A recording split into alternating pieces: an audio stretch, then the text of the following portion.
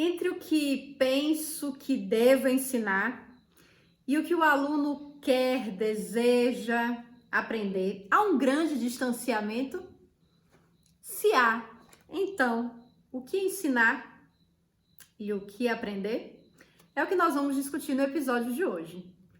Vamos lá?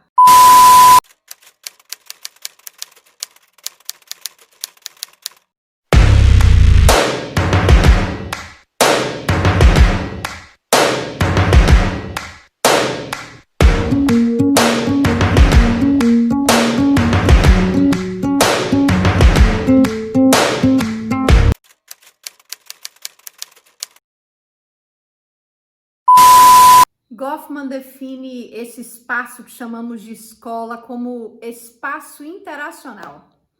A literatura é vasta para descrever ou para dizer para que serve essa escola, mas essa já foi uma outra discussão. Me lembro também quando a gente começa a pensar no que ensinar e aprender no espaço escolar, do Conto de Escola de Machado de Assis e daquele exato momento em que o rapazinho precisou escolher entre o morro e a escola, mas no final das contas optou pela escola. Mas chegando na escola, o que ensinar? Bom, é preciso que atentemos para alguns aspectos. Primeiro, retomemos a seguinte questão. Quando iniciamos o processo de isolamento social, alguns municípios dos estados brasileiros estavam em processo de formulação, de construção de um referencial curricular próprio.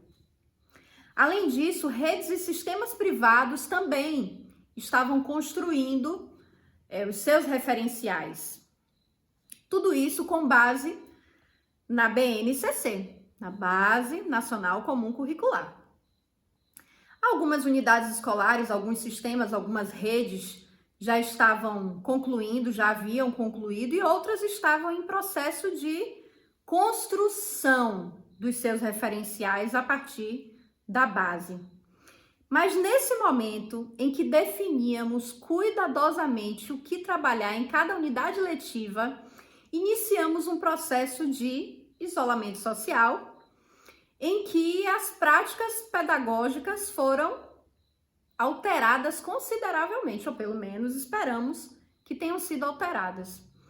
Nesse sentido, de forma alguma, o caminho é transferir o que faríamos no espaço escolar para agora as nossas sessões remotas. Não há como considerar exatamente as mesmas unidades letivas ou os mesmos objetos do conhecimento que trabalharíamos dentro da sala, agora para as sessões remotas.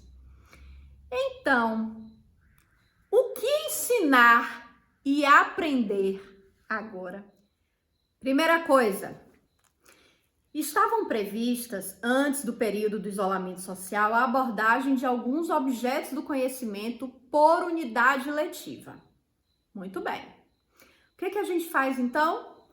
Observa esses objetos do conhecimento previstos para a unidade letiva em vigor e avaliamos aqueles que são viáveis para serem abordados através de sessões remotas e aqueles que não são viáveis.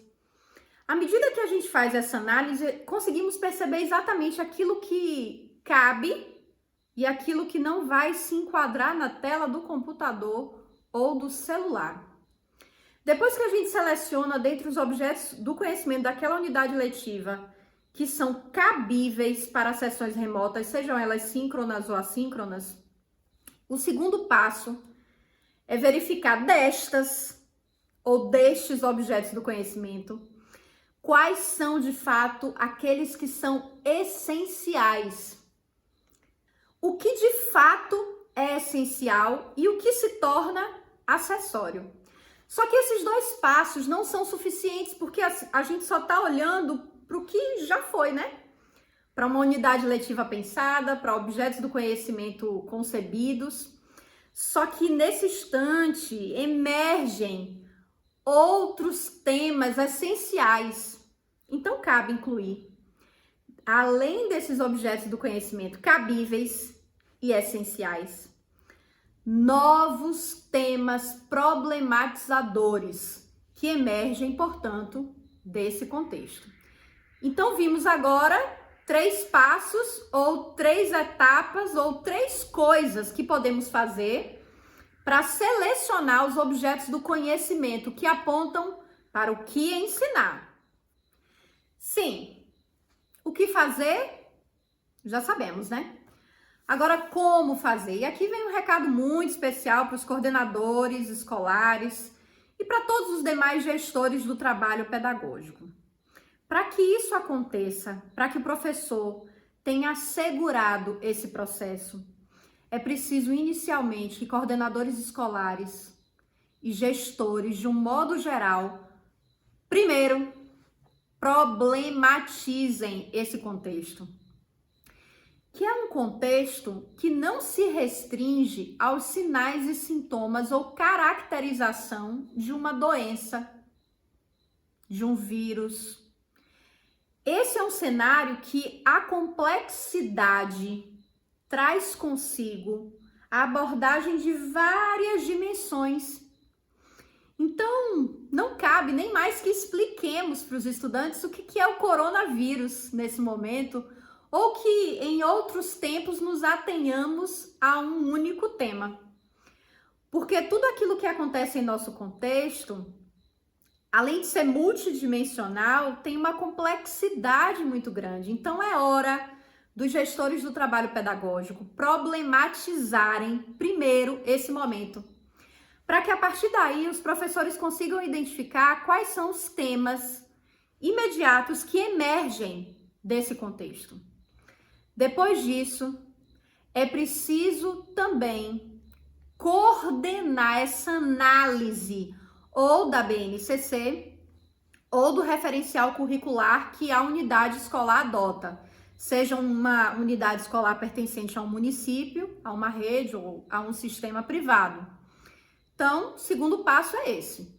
A gente vai fazer uma análise desse referencial para identificar quais são os objetos do conhecimento adequados para as sessões remotas, essenciais, através de um protocolo. Vamos fazer uma leitura detalhada e depois vamos discutir, mas fato é que essa seleção não pode acontecer na sua sala ou na cozinha. E agora eu falo para o coordenador escolar. Essa discussão precisa acontecer, ainda que numa sessão remota, mas os professores precisam ser coordenados nesse processo de análise. Terceira coisa, os professores precisam também ser instrumentalizados para verificarem de fato qual o fluxo didático adequado para a abordagem de cada objeto do conhecimento. O professor tem total autonomia nessa escolha, mas o gestor do trabalho pedagógico é, nesse sentido, mais uma vez, um problematizador. Aquele sujeito que pode inquietar e desafiar. E, finalmente, como fazer? Depois que analisar, é preciso estabelecer protocolos e um conjunto de procedimentos para avaliar em que medida aquilo que foi estabelecido enquanto finalidade para cada objeto do conhecimento, se foi de fato observável ou não.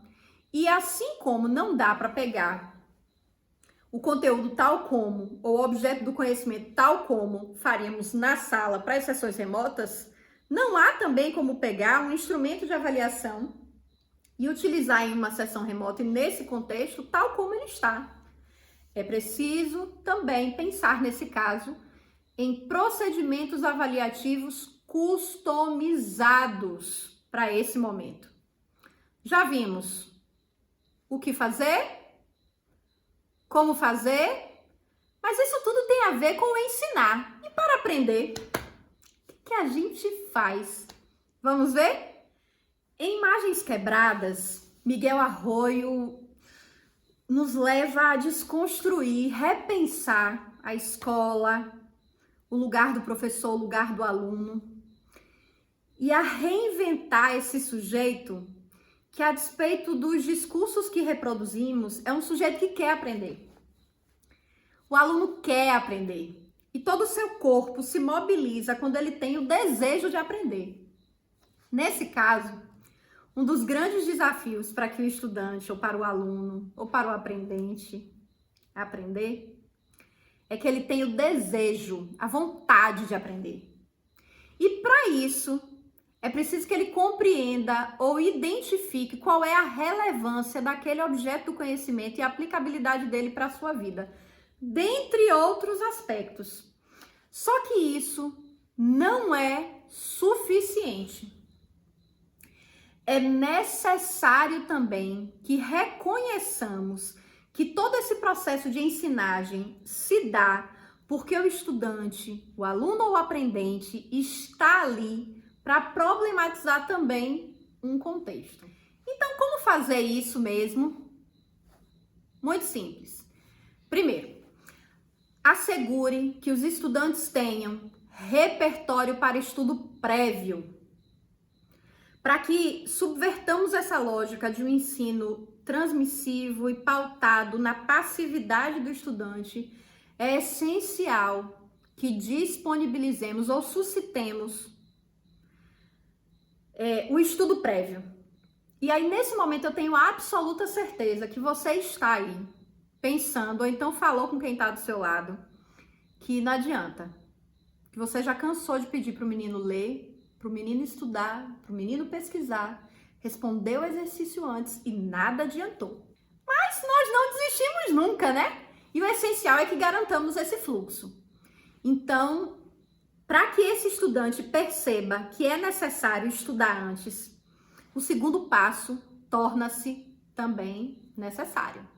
Então, se você recomendou, sugeriu, indicou estudos prévios para aquela sessão remota ou para seu encontro presencial, o segundo passo é muito simples também. Você precisa, no início da sessão remota, garantir um espaço para que esses estudantes falem, revelem aquilo que eles sabem sobre o objeto do conhecimento que será trabalhado, abordado ou discutido naquele dia e naquela sessão. Porque se a gente pede para o menino estudar, pesquisar, se nós tentamos desafiá-lo e no momento em que temos a possibilidade de saber em que medida que ele atendeu a esse desafio, se lançou a novas descobertas ou não, nós simplesmente suprimimos essa etapa e iniciamos o falatório, esse estudante jamais perpetuará um hábito que desejamos, nesse caso, o do estudo prévio. Então, no início da sessão remota, reservar e assegurar esse momento para que o estudante revele aquilo que ele descobriu antes daquele momento. Bom, feito isso, é hora de garantir um fluxo didático adequado, diversificando estratégias apropriadas para sessões remotas e, no caso dos encontros presenciais, estratégias de ensinagem apropriadas para os encontros presenciais. Bom, tudo isso para assegurar, para ter certeza que a finalidade daquele encontro, remoto ou presencial, foi de fato coerente e segue esse fluxo redondinho. E finalmente é preciso avaliar esse processo. E por avaliar, entendam que não necessariamente você precisa no final de cada encontro disponibilizar um teste padronizado. Existem numerosas formas para avaliar a aprendizagem de um grupo ou de uma pessoa especificamente.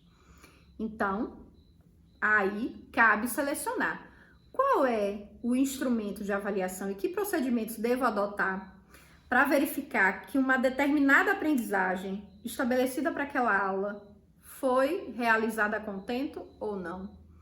Então, esse fluxo em que impera a intencionalidade tem que estar bastante legitimado nos seus encontros. Certo? Vamos tentar? Vamos fazer de uma outra forma? Para terminar, eu trago uma reflexãozinha rápida. Bastante atenção agora. Vou concluir, então, com Rubem Alves, já que comecei com Machado de Assis. Vamos lá? Há escolas que são gaiolas e há escolas que são asas. Certamente vocês conhecem mas não me ouviram ler ainda. Escolas que são gaiolas existem para que os pássaros desaprendam a arte do voo. Pássaros engaiolados são pássaros sob controle. Engaiolados, o seu dono pode levá-los para onde quiser.